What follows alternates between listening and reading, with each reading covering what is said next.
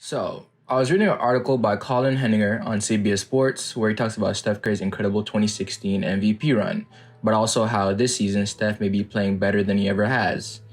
And while I don't want to doubt that a 3-time champion and 2-time league MVP will be a relentless worker to get better, it's kind of hard to believe that after what Steph did in 2016, he could top it. So, I take it upon myself to find out. Is Steph Curry really having a better year than his legendary 2016 MVP?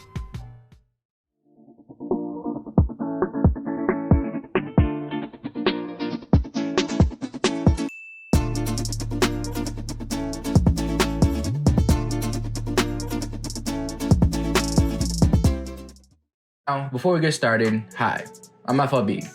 I'm a big basketball fan and I make basketball videos here on YouTube. So if any of those topics interest you, hit that sub button and turn on the notification bell. Not only would I greatly appreciate it, it's the best way to help the channel grow. Now with that out of the way, to say Steph Curry's 2016 MVP run was amazing would be an understatement. It was single-handedly the greatest single-season shooting display by any player ever. I don't even think that gives it justice.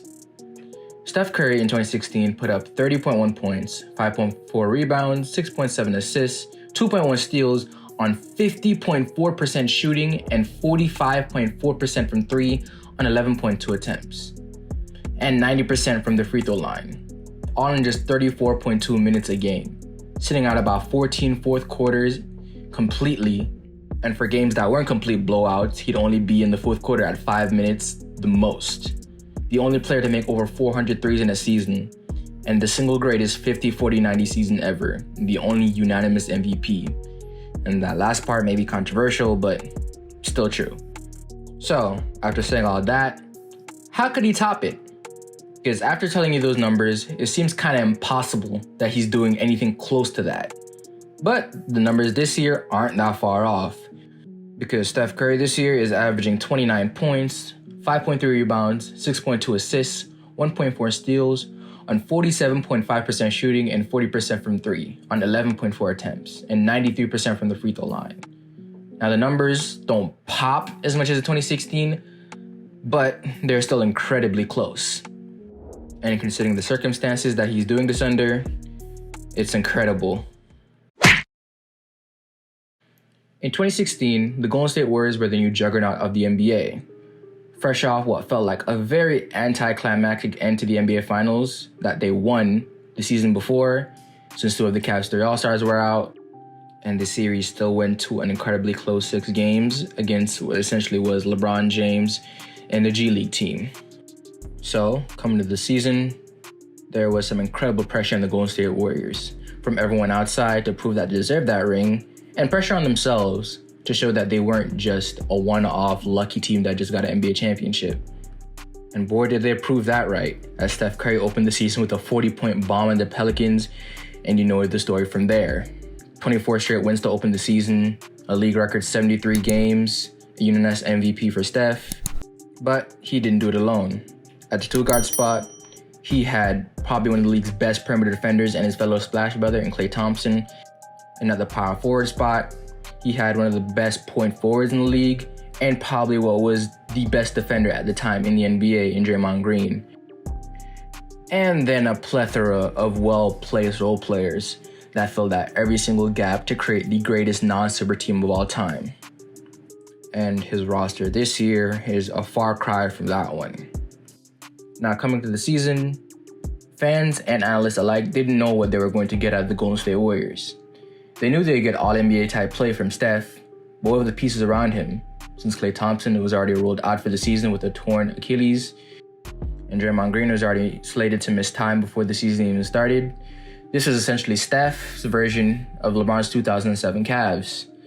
And early on in the season, it already looked like it would be a disaster, as none of these young Warriors had any idea how to play with Steph, as they opened the year with 2 incredibly blowout losses from the Brooklyn Nets and the Milwaukee Bucks. But after Draymond Green returned and Steph dropped the 62-point explosion on the Portland Trail Blazers, things started to pick up. And now, today, they may be the 9th seed, but they're only 3 games out of the 4th seed, so they're in a very good place to make the playoffs.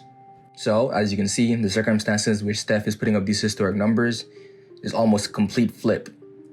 A roster that filled every single gap possible and maximized every single player's talent on that team versus a roster of inexperienced young players trying to find their way to winning basketball. Now, he makes these scenarios and you show the numbers and you start to question, how does he keep up this level of efficiency with this roster? Because the shot quality cannot be the same. And that's the part, to me, that's amazing. The scoring numbers were expected. It's wild in itself to say, but at this level, we knew what we were going to get out of Steph. But what we didn't know, and what I think majority of fans didn't expect, is that he'd be able to keep up the level of efficiency he did in 2016. So now, with that being said, I think it's time we start talking about a decision. Now, if you put the numbers side by side and you talk about the circumstances, it becomes very hard to pick one.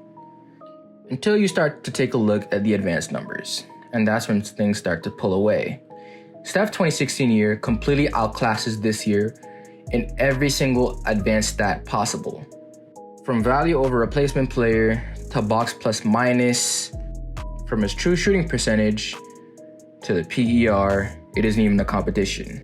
And while these numbers have a lot of outside factors to play and other than Steph, like the teammates he's playing with, the gap is still amazing. But just looking at what Steph's been able to do this year, not just in himself, but with these young guys, it's surreal to watch. Adjusting his game so that he can maximize himself to the point where he's almost as efficient as 2016, but finding ways to make the people around him better too. Whether it's incorporating the cross-court pass into his game to manufacture more open looks, or moving even more than he did already, which is crazy. It leaves very little doubt in my mind that Steph is a better player than he was in 2016. But that's not the big question. And to the answer to the big question, no. I do not think Steph is having a better individual year than 2016. While the numbers are close and the circumstances for Steph's numbers this year is vastly more difficult than 2016, that year is just one of the top 3 individual seasons in the past 20 years. Maybe even all time, from start to finish. He was doing things that people even doubted were possible. And to make it look as easy as he did is just a testament to who he is as a player. But still, for him to be playing at this level with this roster is still incredible. And while the Warriors are in a rut right now, they're still only 3 games out of the 4th seed. And should they rise in the standings, expect his name to be thrown around as a late addition to the MVP convo.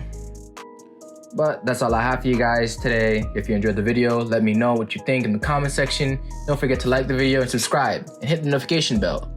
I do this twice a week and I'd love to have you back. All my links are in my description, from my Twitter to my Twitch. I do stream there 3 times a week, or I at least plan to.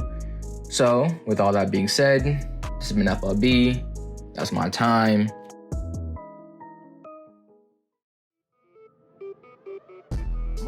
Nigga, how much you made today? I'll put a pin in, but sick of my dinner plate. Before a feature like how much you finna pay. You don't have to something in which like minute made. No so grounds or kumi the uti. Need a chihuahua, I need a karushi. Bustin' for me like my name is Obuzi. Faded in the boom, my jelly on duty. Iki my show, spit on the